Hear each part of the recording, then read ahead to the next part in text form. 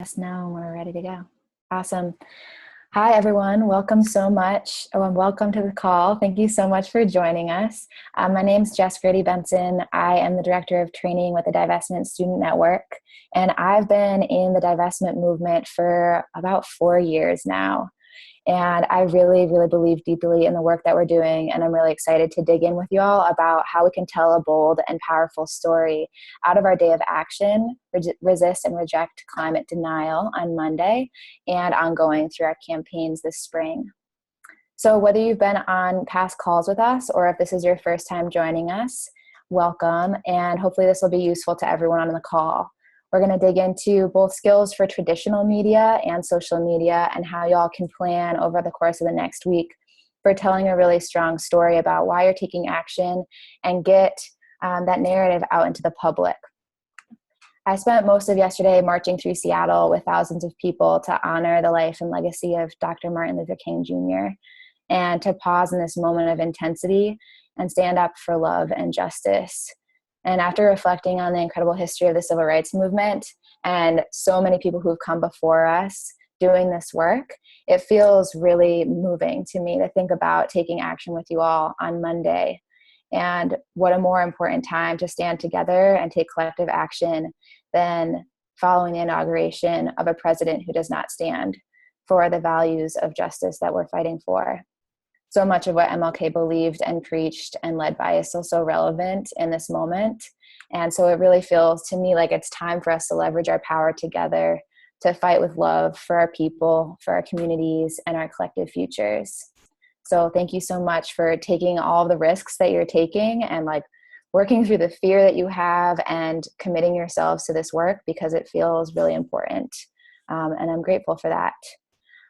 So I'm really excited for us all to get to talk to each other and get to know each other a little bit better on the call. So we're going to break out into pairs right now. So you can introduce yourselves, share your name and the school you come from, maybe where you're calling from right now, and just share a little bit about what are some of the hopes you have for the day of action and your role in that, and what are some of the fears you have also. So I'll type that again in the chat, but your name and where you're from, and then any hopes and fears that you're carrying into this action with us. So Erin is amazingly and gracefully navigating us through our technology, which is always a challenge. Thank you, Erin. We're going to be breaking out into little breakout rooms, and you're going to get an invitation that pops up. Please press accept or else you're going to go to a rando room and it might be sad. So accept the invitation to the breakout room so you can connect with other students. And we'll see you back here in a minute.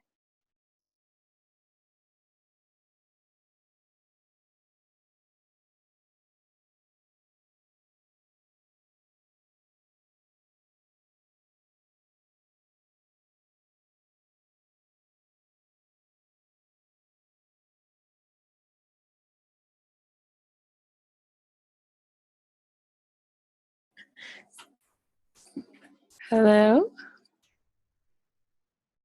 Hello? Is someone on the phone? Yeah, I'm actually on the computer. Who is this? Yeah, we're in the same room, but my name's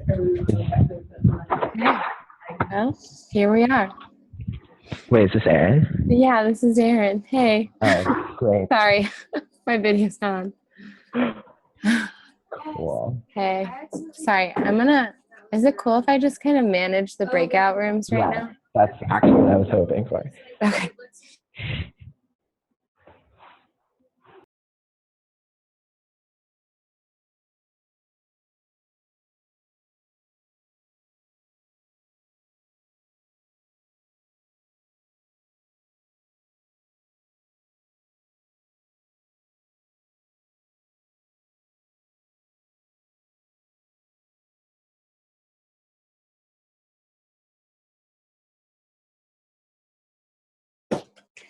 Hi.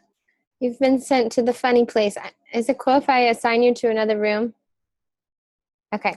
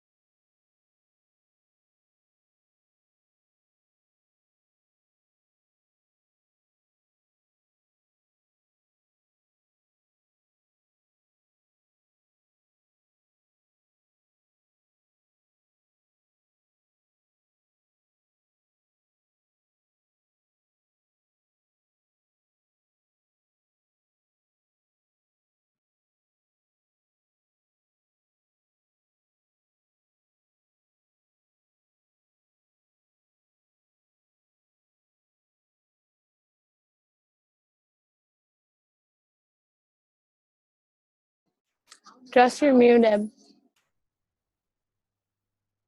Thanks, friends. Welcome back, everyone. Hope you got to connect with some cool folks. I'm now going to pass it over to, actually, first, let's hear one or two things that came up from folks. Like, what were some of the things that you're feeling hopeful about going into the day of action? What were some of the fears that you heard?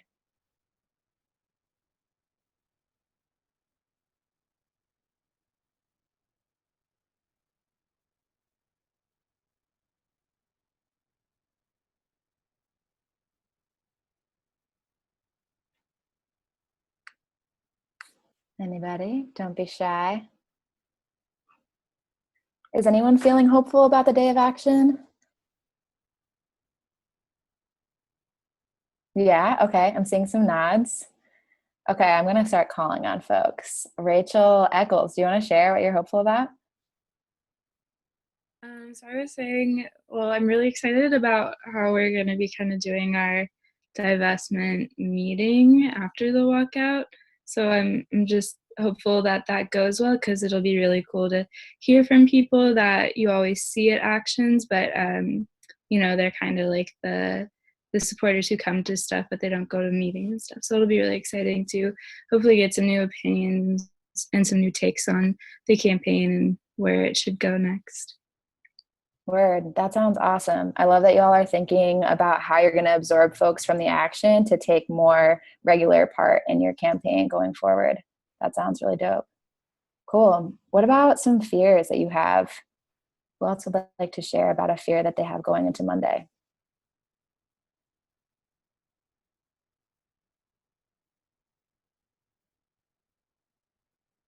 I'll share.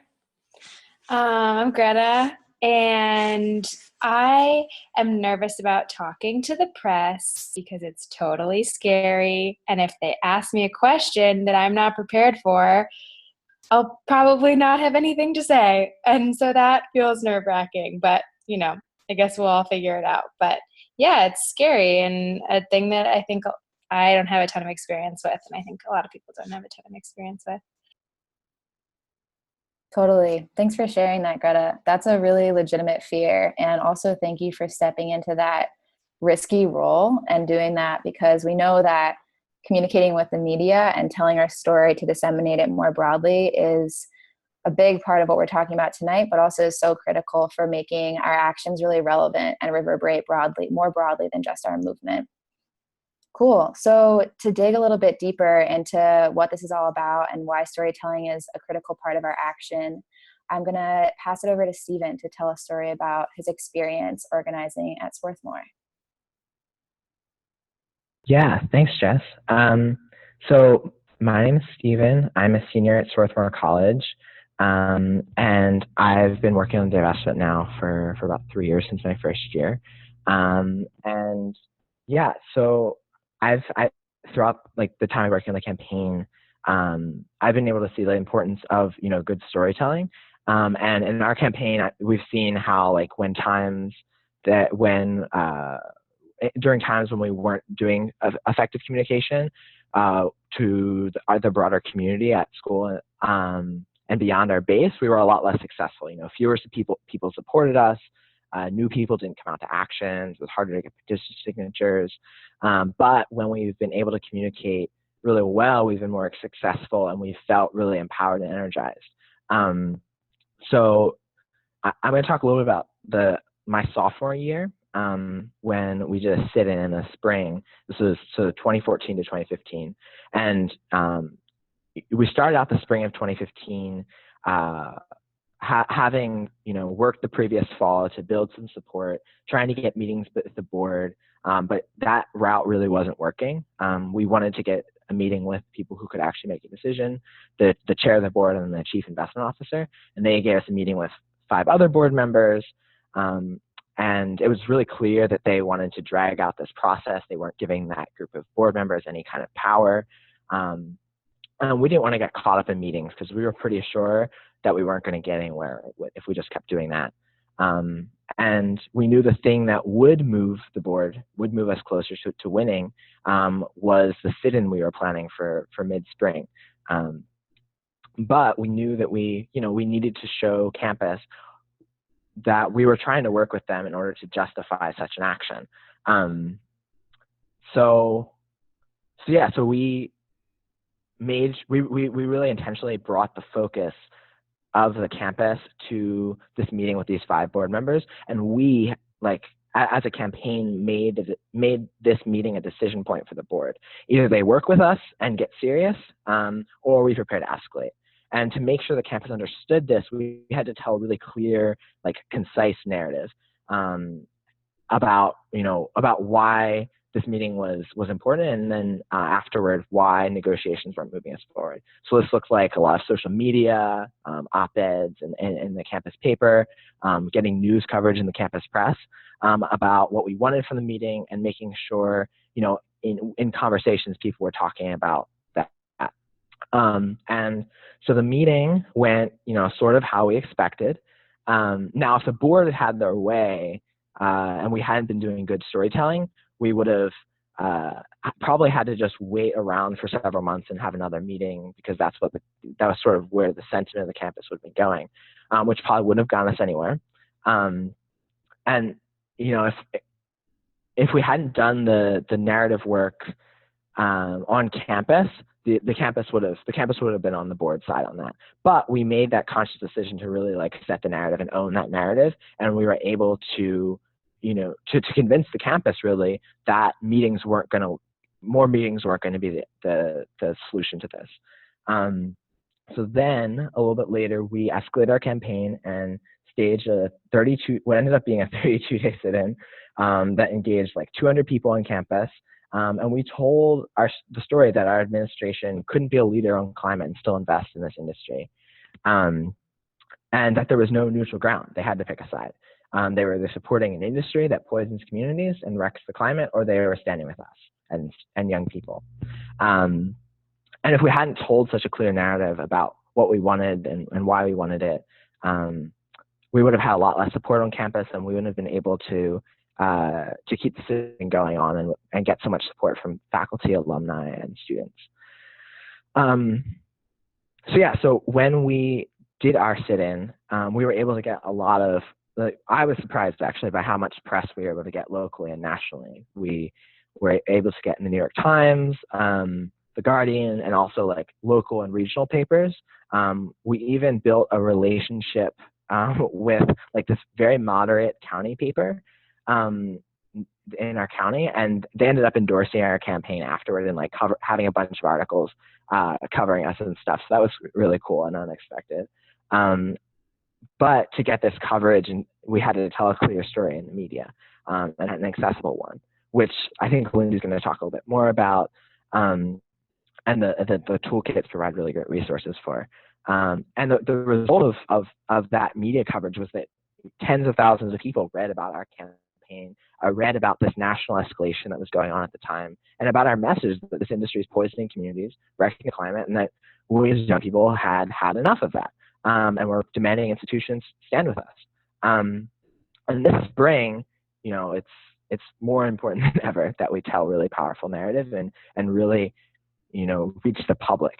Because if we want to turn the tides, if we want to stigmatize this industry and take away its social license and make it so that someone like Rex Tillerson can never get anywhere close to being Secretary of State again, we need to shift our institutions, shift students, but we also need to shift the public, and working through the media is a really clear way to do that.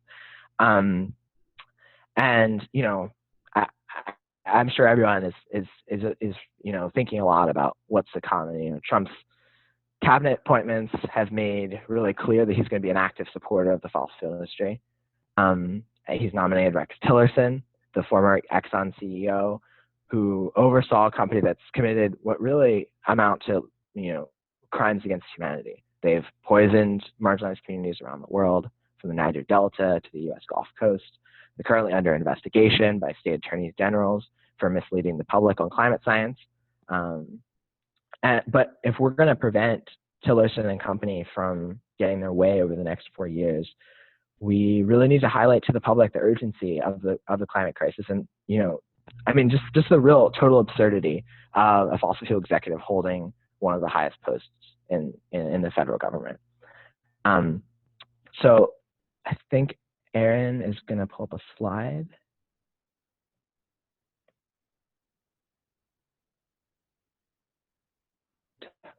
Well, to talk a little bit about some of our messaging.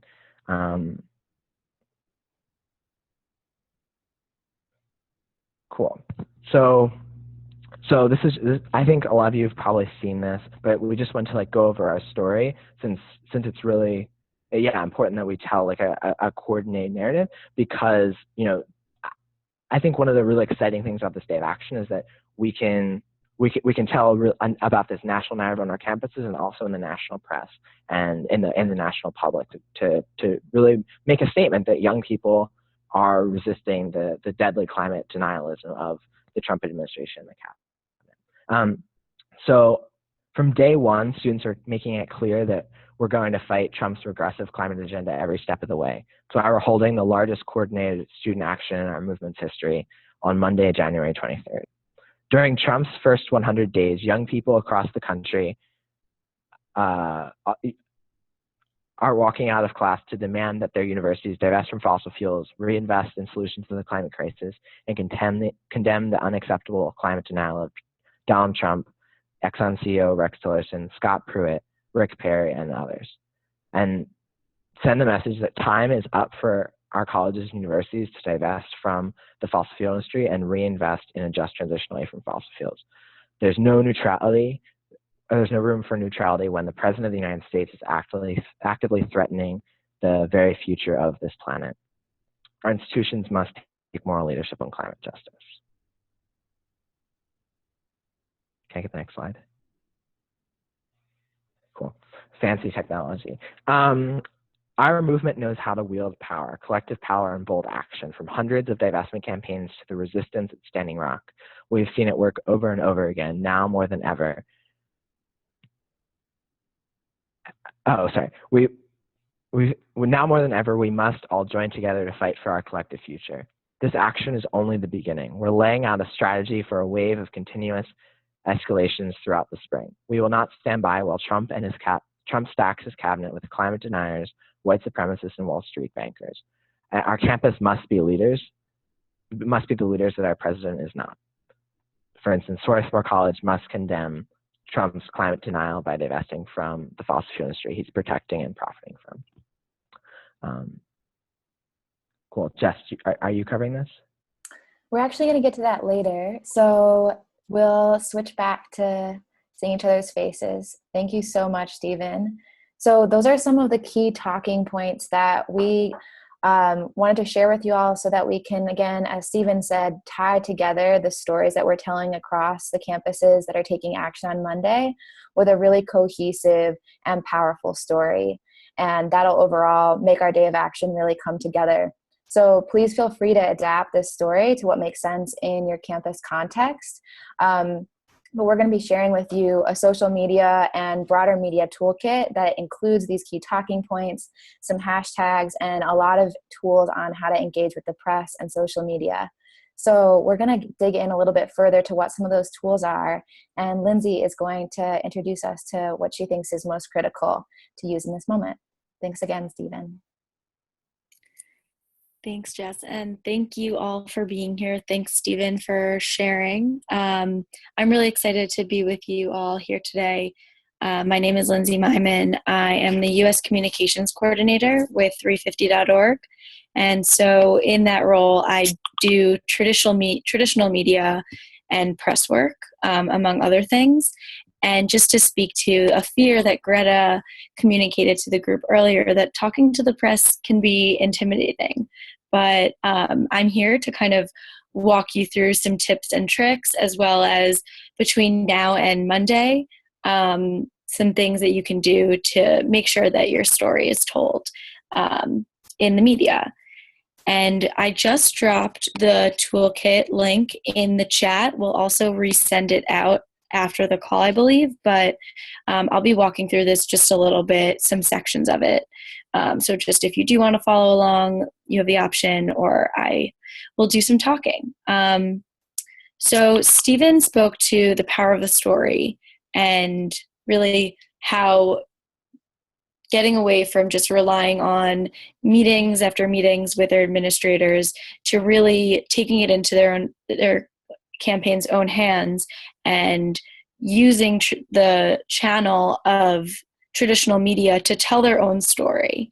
So that kind of speaks to why traditional media. I know it seems obvious, it's something that's so ingrained in our daily lives, but when you're working from the other side, traditional media presents a proactive opportunity to tell your own story and to elevate your messaging and your story to the public beyond, just the folks that you're surrounded with on a day-to-day basis.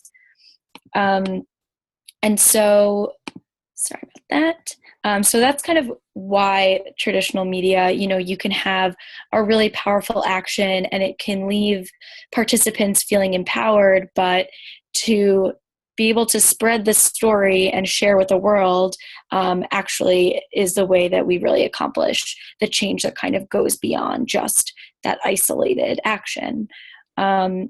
So this toolkit on page 3 starts with creating a traditional media plan. And this is about a 4-week plan. So given that we are 1 week out, I'm going to walk through a bit about what you can do now, because there's so much you can do in one day alone, and I'm excited to walk you through that.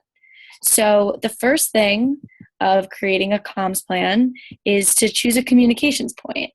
And this would be someone who is listed on your press materials, which I'll get into in a bit, and is the person that's fielding media requests. So if the press has a question, they call or email that comms point.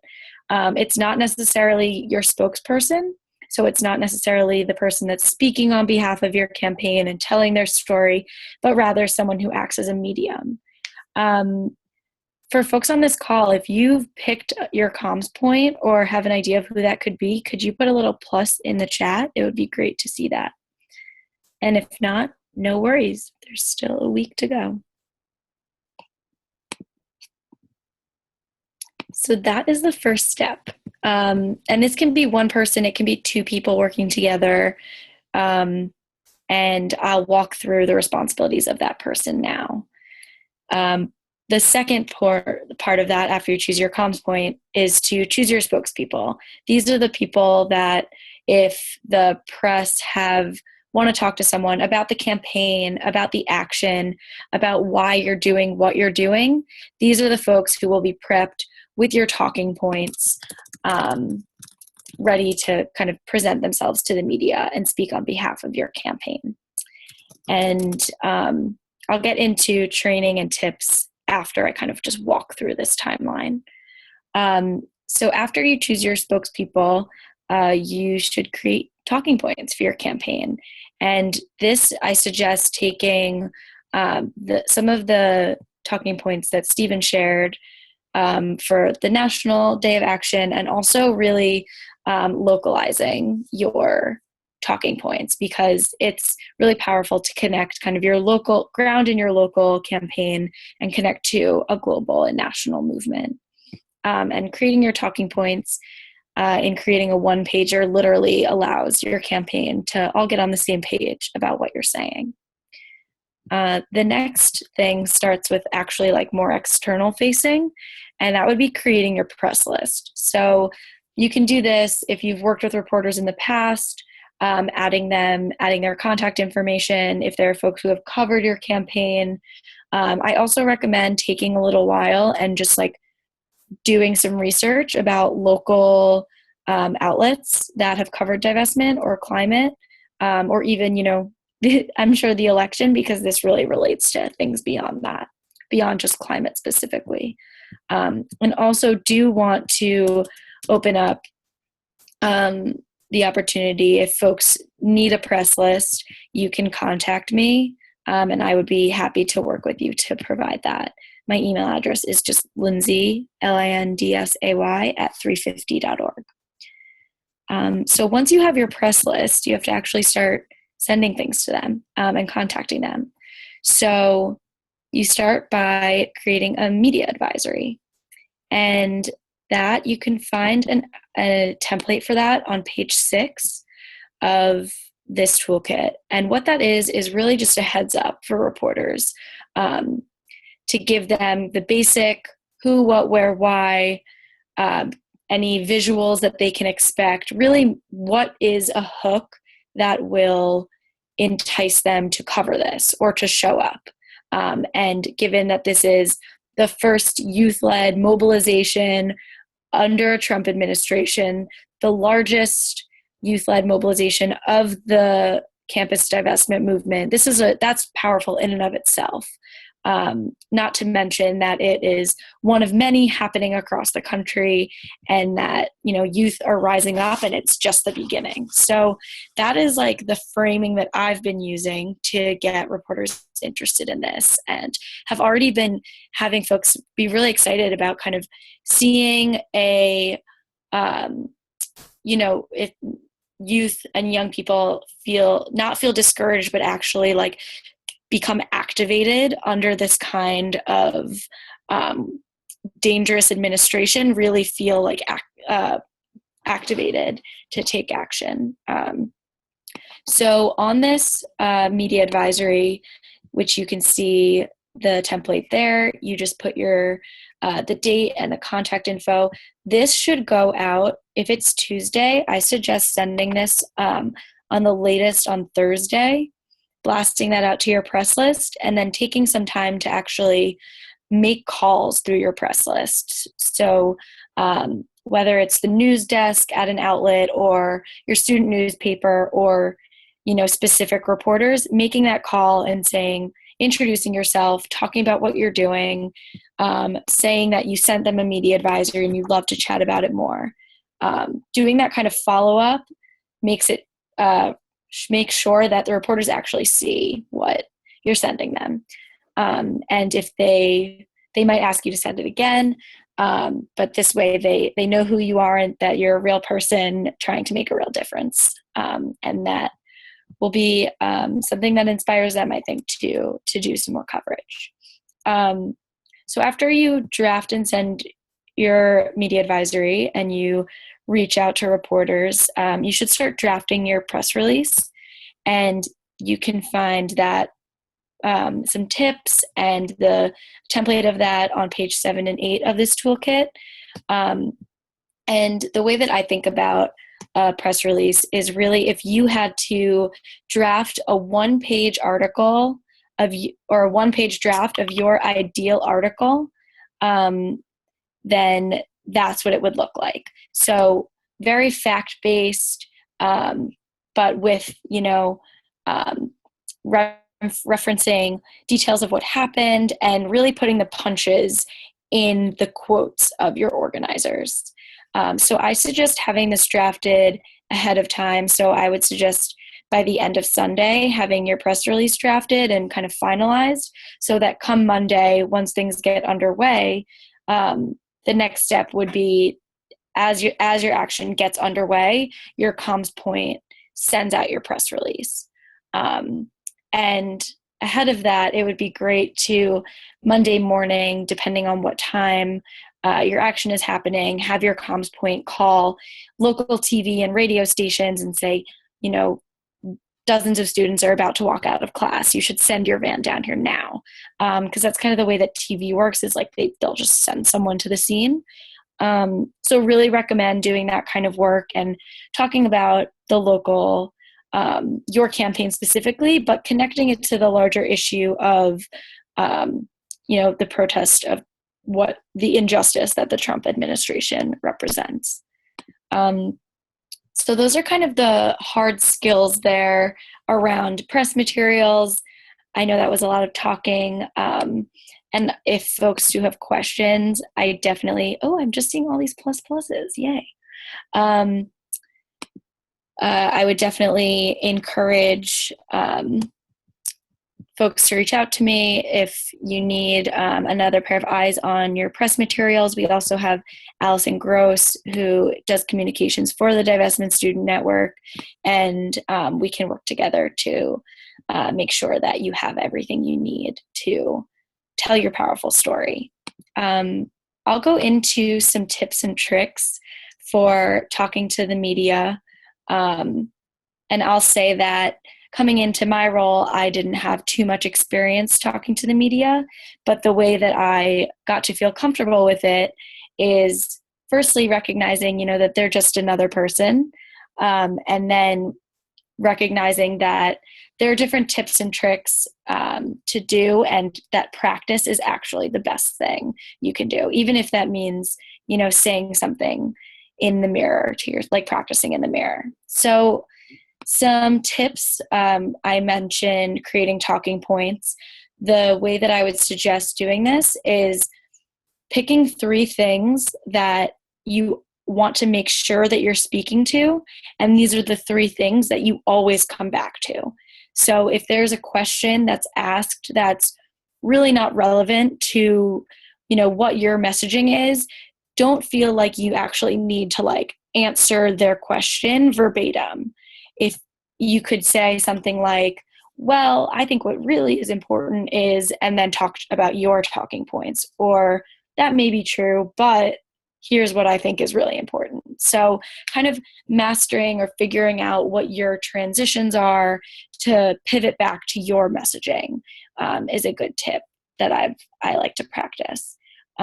Making a list of likely questions and having a friend do a mock interview is so invaluable. It's usually, who are you? Why are you here? Maybe a more antagonizing question, like what kind of change do you really expect? Or, what are your demands? Just really going through those and making sure that in each question, you're coming back to those 3 points, or, one at a time, one of the 3 points. So definitely suggest mock interviews. Another tip would be to repeat your main messages. And I know that I'm repeating my main messages by talking about the 3 talking points. So it might feel unnatural to keep repeating yourself or saying the same phrasing over and over, but it actually makes it more likely that that is what will get picked up, and that is what the message that will get across will be. So don't shy away from doing that. The next tip I have is to speak in sound bites. What we're doing and the action you're taking, it holds a lot of nuance. So, there's the injustice side of the Trump administration, there's his cabinet appointments, there's divestment and reinvestment. So really making sure that you can kind of look at the talking points that Stephen mentioned, as well as the talking points that you finalize, and kind of think about what those 30-second bites are. Because that's really all you have to get your message across. I mentioned, not feeling like you need to answer the question directly.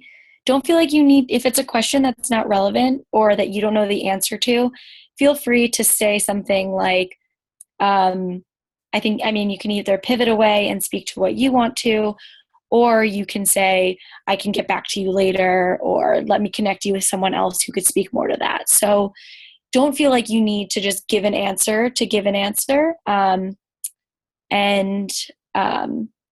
Be sure to just speak to what you're saying. My next tip would be something that we as activists need to remember when talking to the press is that you're talking to the public. So using jargon or acronyms that are really popular in the movement might not resonate in, the media or with the public. So make sure to use those full sentences and avoid acronyms. And my final tip would just be to stay calm and breathe. It's just the media. There's always opportunity to follow up with folks and get them more information. So those are some tips and tricks. I know I just did a lot of talking, and if folks do have questions, feel free to drop them in the chat, and there will be opportunity later on. Awesome. Thank you so much, Lindsay. That was incredibly useful. And again, folks, please refer back to that media toolkit, because a lot of what Lindsay shared is in there. So you can share with your campaigns and look back to it later on as you're preparing for media interviews, writing press releases, etc. And thanks for demystifying that process for us, because sometimes it feels really overwhelming. I know I get scared thinking about it too. Cool. So actually, if you all have questions right now, we'll just take a couple minutes to answer anything that's coming up for you. And please just post those questions in the chat before, and then we'll offer them over to Lindsay to answer.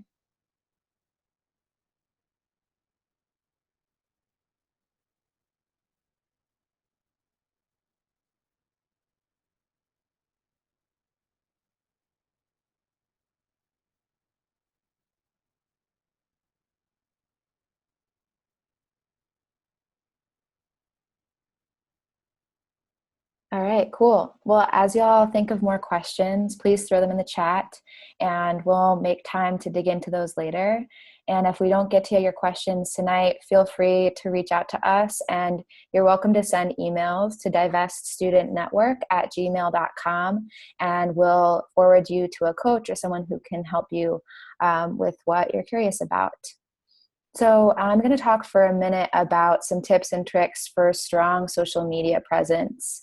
And thanks, Erin, for pulling up that slide. So social media is something that's used so widely by the movement, and it's also really frequently changing in terms of what gets posted most frequently, what gets the most hits, and often is a really great way to do rapid response storytelling about our action, both in preparation and lead up to taking action, but also during the day of. So because of the changing scenarios in Facebook and the acronyms or the algorithms are always so confusing, we wanted to condense a couple of useful tips for y'all to really make sure you're getting the most impact you possibly can over social media. So thank you for your question on the side. I'm going to keep that in mind, and we'll get to that after this section. Thanks so much. Cool. So how many of you use Facebook for your movement news, for learning about actions that you're going to take part in? If you want to just like throw a plus in the chat.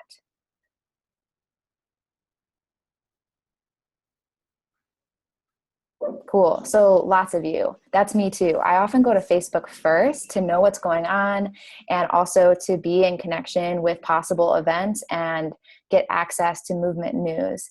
And so using Facebook and social media is really, and especially Twitter and Instagram in addition to Facebook, is really useful because it allows us to tell our own story without the filters that often come with relating to the press and having someone else talk about our work.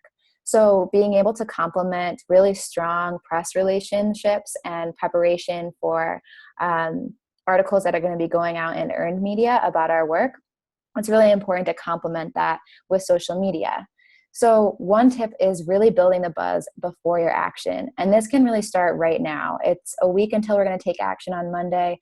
And some of the ways that you can build your buzz right now are posting about your event and making sure that the logistical information is actually getting out there. Maybe you have a Facebook event or a page where you're sharing information about how people can join in. And if you're having preparation events like maybe an art build, or you're doing a dorm storm to recruit more people, or other planning events, invite other people to be a part of those or post about them. Tell a story about why people are putting in all this effort to prepare for action, and make it personal. So something you may have noticed over Facebook is some of the members of the DSN staff have been doing Facebook Live posts in the lead up to the action. And this is a cool way to tell a really personal story and put a personal face to what we're planning in this collective action, and also encourages people to keep their eyes peeled for what's going to go down on the day of. The next step is really thinking about designating multiple social media point people. And Lindsay talked about this as well for earned media and relating to the press. But you also want to make sure that the roles are clear in terms of social media point people. And this is both really useful for the lead up to your action so that your post can really be consistent with your overall narrative, but also especially on the day of action.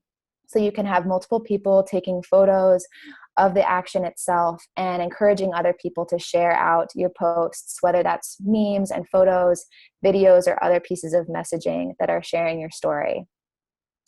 Then really sharing personal stories about why you're taking action throughout your social media presence is really, really useful. And part of this is because it's actually way more meaningful for folks to engage with your post if it's about why you personally are taking action or other people that are in your team. And it helps bring people in. It feels like yeah, it feels more emotionally meaningful, and like you can connect to it. It encourages other people to take part in that. And you can do that by using Facebook Live, by using memes or blog posts, or other shorter Facebook posts and tweets.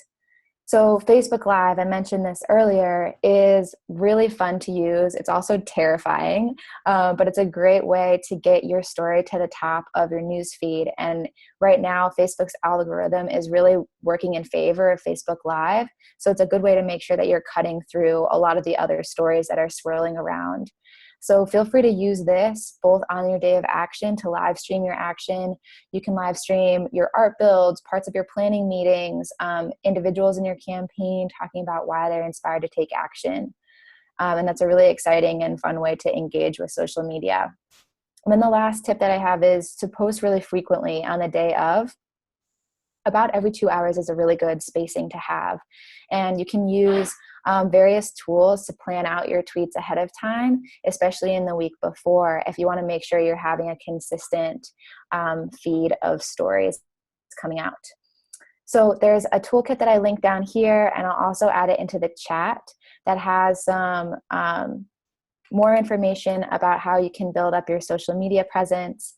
And there's also some more tips in the overall media toolkit. So please make sure to check those out. All right, so if y'all have any questions about either social media tips and tricks or earned media, feel free to put them in the chat, and we'll take a couple minutes right now to dig into them. Right now we have one question, which is, what are some of the ways that people here have had success on social media to attract attention from people who are not familiar with the fossil-free campaign? Stephen, I'm curious if you have any insight into this from the story you were telling about your sit-in last year.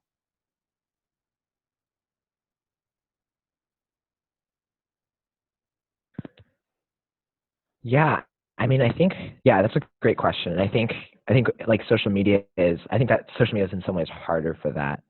If they're not familiar already, because it's like very short sound bites of information. But I think the key is really is really like getting back to what we talked about earlier, just being clear on your message. Like, what are like 3 sentences that you can explain that get to it. And I think I think Lindsay made this point around traditional media too, but on social media, just using really like simple language, not using jargon, and just getting across the point really clearly. And then I think what's great is like linking to information, where if you have like a WordPress or some kind of site, linking to that, or like linking to a Facebook event that has more information, or even linking to some of the stuff around the National Day of Action, where people then can learn more if they are interested. I think it's a great question. Totally. Yeah, that's a really great idea, Stephen. And thank you for this question, because I think it's what we're always aspiring to in social media and in broader media storytelling, is how do we cut through just the kind of vacuum or echo chamber that we're already in. Another thing to think about is, I mentioned having social media point people help encourage other folks to share on their personal pages, and having members of your team and yourselves share your messaging over your personal Facebook page and not just in like your event or group pages can help other people who see your newsfeed, you come up in their newsfeed, can help cut through that. Also, encouraging other groups on campus to cross-post your storytelling can be a great way to like reach other groups of students on campus. Awesome. Any other questions?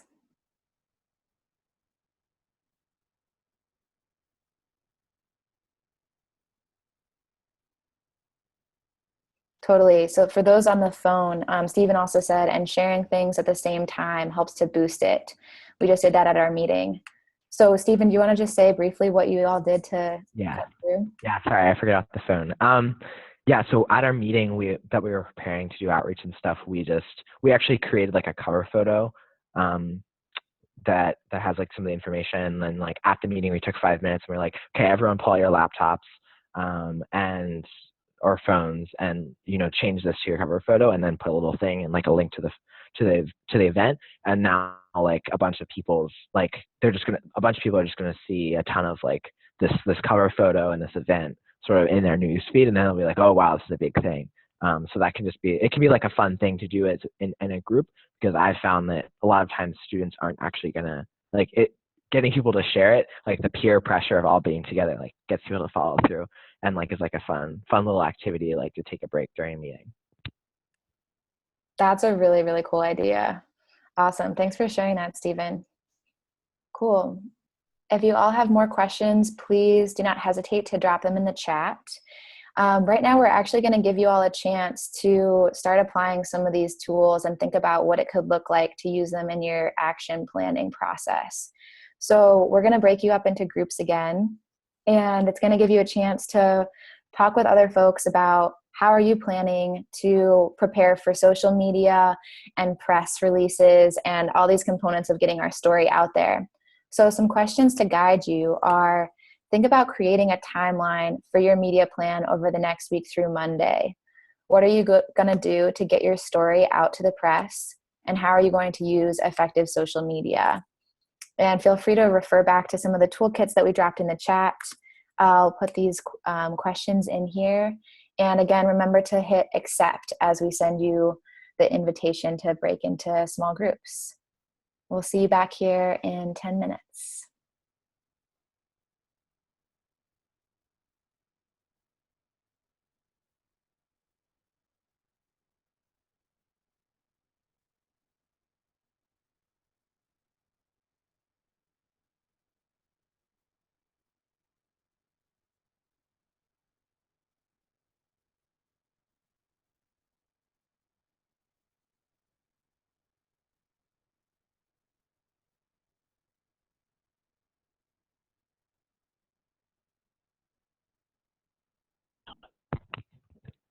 Cool. Is there someone on the phone too?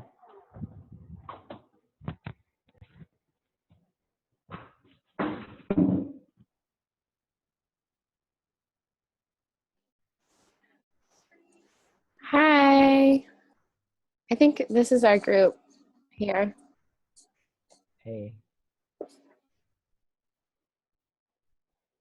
Bridget, do you want to tell us a little bit about what's going on? Hi, can you hear me? Yeah. Okay.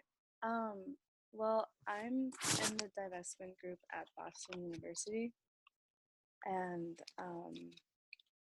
well, for our media plan, I think we were mainly focusing on using Facebook, but we only had a couple key people really bringing the message out. So I think involving the rest of the group is really helpful. So that's what I was thinking of telling the core members of our team, to like all of them to get involved, not just the few. So yeah.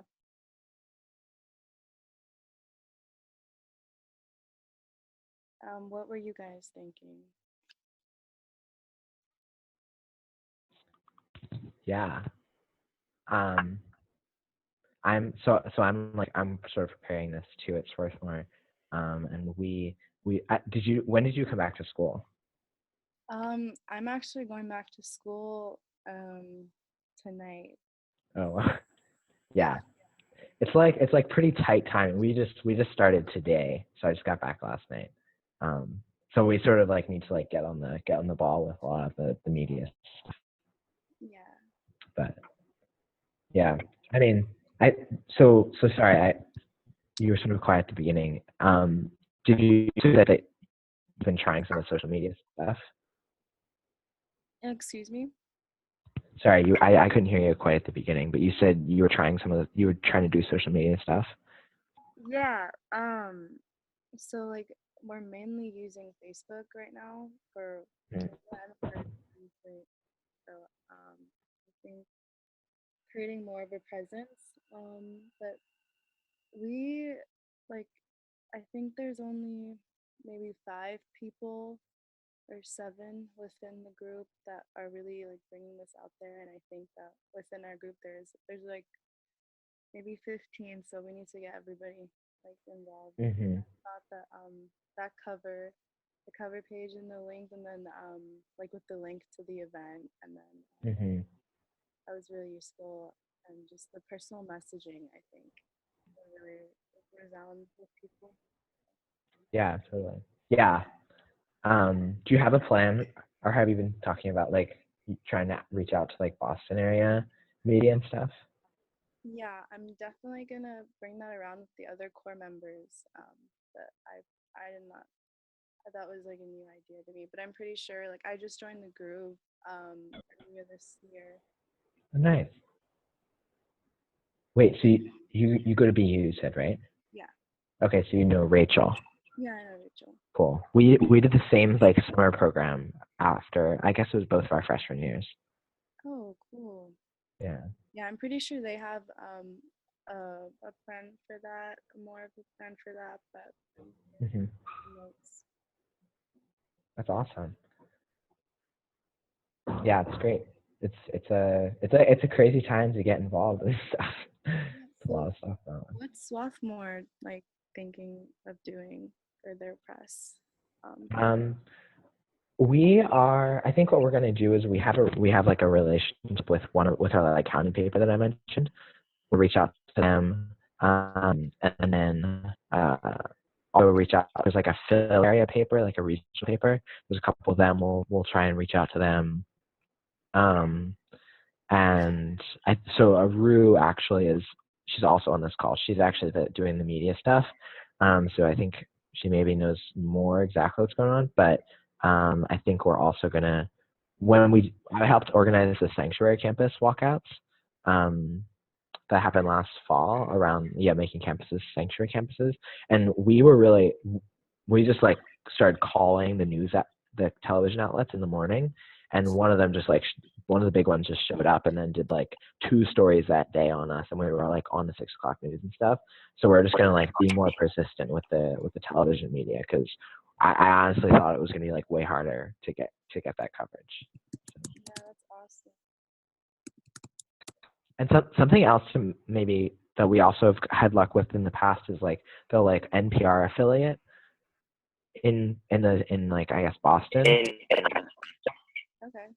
because they've been excited to cover us in the past. So.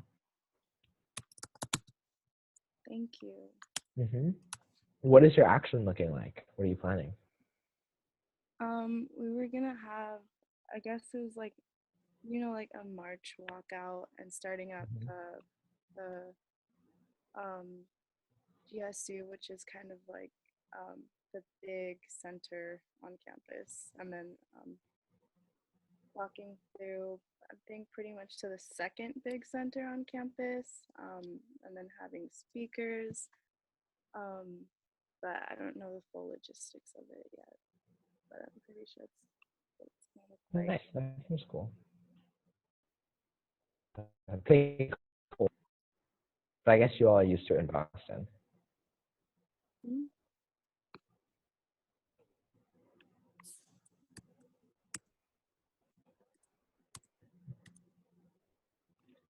Wait, what? No, I said it's cold, but I guess you all are used to it in Boston. Oh yeah, California. So Oh, you're from California? yeah. Yeah, that's rough. Where in California are you from? I'm from PV, it's like Hmm. Florence. Yeah, have you been? To California? I've been to San Francisco, that's all. Oh, that's nice. Where are you from? From Pennsylvania. Oh, so is it like really cold there too, or is it a little bit warmer? It's like definitely warmer than Boston. Get like a lot of snow. Um, but it's been really warm right now. It's honestly like one of the worst winters I've remembered. Like it's supposed to be like 50-some degrees tomorrow, which is like not normal for the middle of January. Yeah, I saw that. I thought it was gonna be like 20 degrees. Yeah, it's kind of freaky. And then it directly correlates to what we're trying to do. So Yep. Yeah. How did you get involved in the campaign? okay, well, I got involved because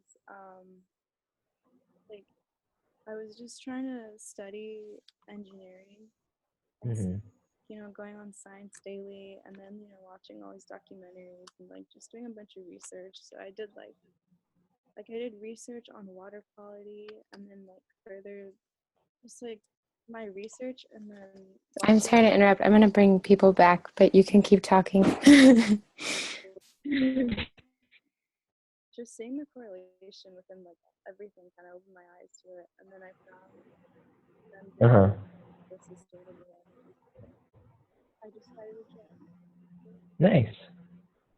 That's awesome. What about you? I got involved like my first. I kind of I came to Swarthmore, not really like I could do any kind of like activism stuff really. And then I like joined a bunch of clubs. One of them was like this like environmental club, and then I went to West Virginia and saw mountaintop removal coal mining, and just like the impacts it has. Like, do you know like what that is? Coal mining? Like, well, it's like mountaintop removal coal mining, which so it's like not below ground, it's above ground. And basically what they do is they like blast the tops of the mountains off to get this like little seam of coal. It's like a few inches Oh yeah. deep. And then they like push all the like stuff down into the valleys, which like poisons the water. It creates like a ton of dust that causes like cancers and respiratory illnesses and stuff in the communities down in the valleys, which are like all really poor. Yeah, and just like seeing that and seeing like how like horrible that is, and seeing people like like in their like sort of our age like dealing with like cancer and all these diseases was just really connected to me, like these environmental issues that always felt so abstract and like about the polar bears and stuff to like real concrete like social justice concerns. Exactly. Oh, I think Welcome everyone's back, everyone. Stephen, thanks so much for sharing the tail end of your story with us. That was really sorry. wonderful. I didn't realize everyone. Yeah, the first one just shows Great. like 3 people. No, it's all good. It's all good. Welcome back, everyone. So how was that for folks? Do y'all get a chance to dig into some of your next steps and some of the challenges you're having around planning for media and social media work over the next week? Yeah, a little bit. Cool. What came up in your groups? What are some ideas that you have for how you can move forward utilizing some of these tools? Anyone can just jump on in. Marissa told me about the value of, I'm Cameron, by the way, at Notre Dame. Marissa was telling me about the importance of creating lists and just trying to get as much work out of the way as possible, whether it's making posts that are scheduled to appear online, etc. Yeah, and then just making lists of things and keeping yourself organized when it comes to emails and communication. So that those things will happen as effectively as possible. Cool. That's a really, yeah, I love lists. I'm a Virgo, and apparently that's like a thing that Virgos like. I don't know things about astrology, but I love lists. That's a really great suggestion, Marissa. Thanks for sharing, Cameron. Cool. What are some other things that y'all came up with?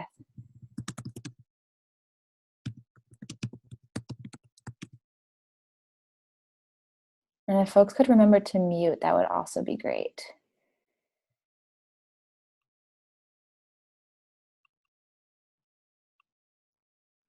Are there any challenges in starting to dig into planning out your communications plan that really came up for you?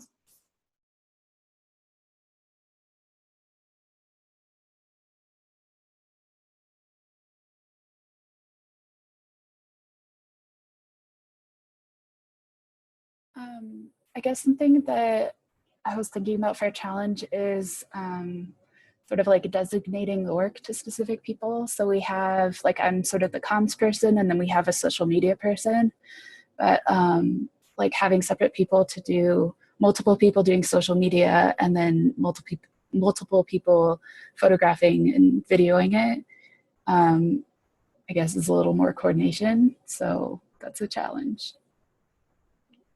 Yeah, totally. Do you have any ideas for how you're going to navigate that when you go back to your team? Yeah, so we have a general team meeting on Wednesday. So I'm going to go to that and try to recruit a few people to take photos and videos, and then get them to me. So it's all sort of in one place, so that we have just a lot of people who are making sure that they record what's happening. So that we have a lot of media available. And then I was also thinking, I have a couple of friends who are into photography that I would try to get them to come and see if they can take some good photos, stuff like that. But yeah, I think that's kind of a lot of the groundwork. So hopefully that helps.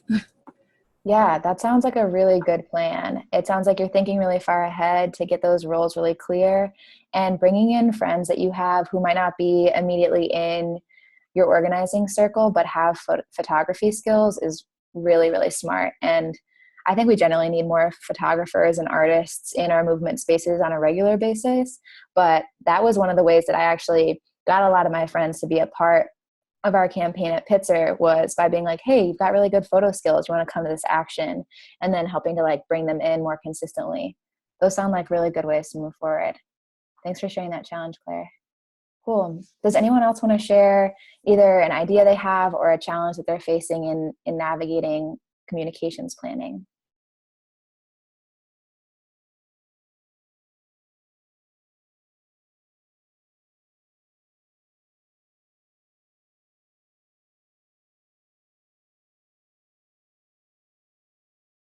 All right, cool.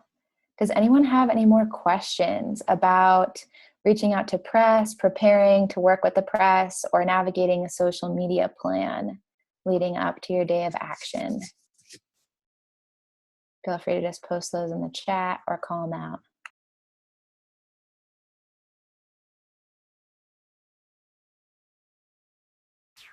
All right, great. Well, feel free to keep posting those as we close up the call, and keep reaching out to us if anything else comes up for you. One really great way to get some support in navigating, implementing these tools is by joining our open coaching office hours. And those are going to be on Thursday and Sunday evenings from 7 to 10 p.m. Eastern time. And we've been sending out some information in the emails, and those links will go out to you again after this call. But that's a really good space where you can just bring any questions, fears, concerns, or ideas that you have and workshop them with someone who can help you think through those next steps. And again, we posted the social media tools and the media toolkit in the side chat. And yeah, we'll get the information about the office hours in the chat too. Thanks for the reminder. Cool. So I wanted to share one more resource with you all and dig into something that feels really meaningful and important to me when we prepare for action, and is also something that we often leave to the last minute, and that is songs and chants. And though most of our storytelling comes from social media and from communicating with the press, sending out blog posts and photos, I think the noise that we actually make during the action is one of the best ways that we set the tone, that we make people feel more connected to each other, that we connect with our own emotion of why we're taking action, and we can tell both the story about what we're fighting for and draw from a history of organizers and freedom fighters through movement history. And I think songs are a really incredible way to do that. So I want to share with you all a resource that I just typed up for y'all with some potential songs and chants that you can use in your actions. You want to just put a plus in the chat if you really love singing during actions or making a lot of noise. Awesome. Cool. Someone want to share why it feels important to them to sing or to make a lot of noise collectively while taking action?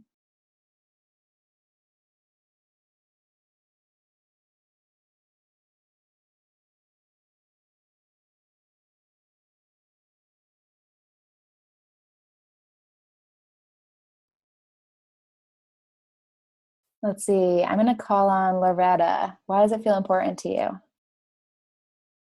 I think it's just like the biggest thing that gets everybody really stoked. If you have a movement that's completely silent, doesn't have a very I don't know, I think it's important to the sense of community too, I guess is how I'd best describe it. And to like the other actions that I've participated in, as soon as you're like saying the same words as the other people at the same time, I think that you feel really connected to everybody.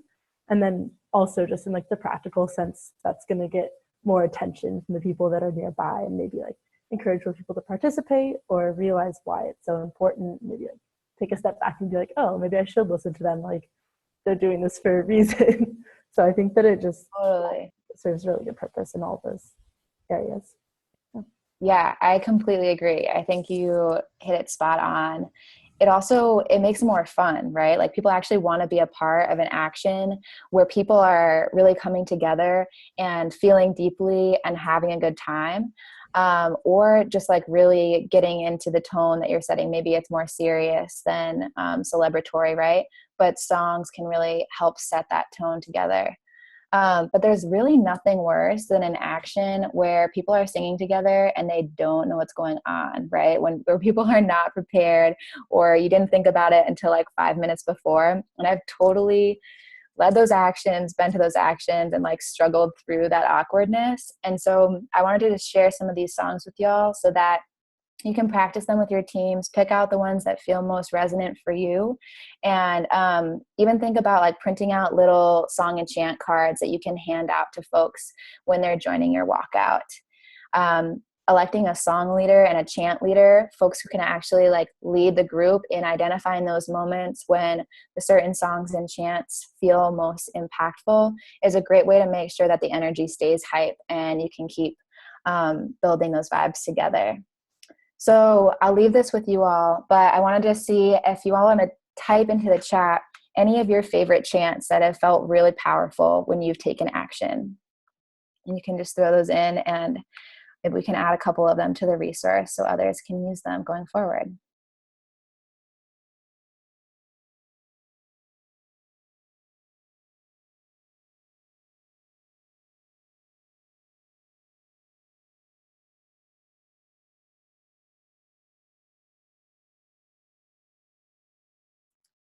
Awesome. So let's keep chatting those in as we close out. And lots of pluses for I believe that we will win. There's a great song in here that was written by Umi Sela from the Dream Defenders. That's awesome to precede that chant. So y'all should check that out. I love the one that Stephen just shared with us. When communities are under attack, what do we do? Stand up, fight back. That's really awesome. Great. So keep sharing these in here. And I want to just remind folks also that we have a Slack channel open for everyone who's participating in the Day of Action. And that's a really great place for y'all to ask questions of each other, share ideas, and also share things like this, like chants that you really love, or ask for resources about these kinds of things. So we're going to begin to close out. And I know there's a ton of resources we've been throwing at you. We're going to send out an email in the next 24 hours with all the links that you need to continue moving forward.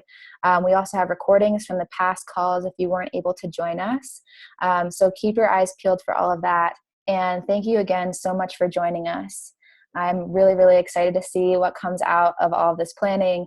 And I'm really grateful for everyone diving into this collective risk together to take action in such a critical moment. And I'm going to pass it over to Greta to close us out. Thank you, Jess. And thank you to everyone for being on this call. Again, I'm Greta from the Divestment Student Network. I'm the director of our organization. And it's been really powerful to be on this call with you all, and it's been really powerful over the past couple of weeks being part of and seeing you all move forward with these walkouts.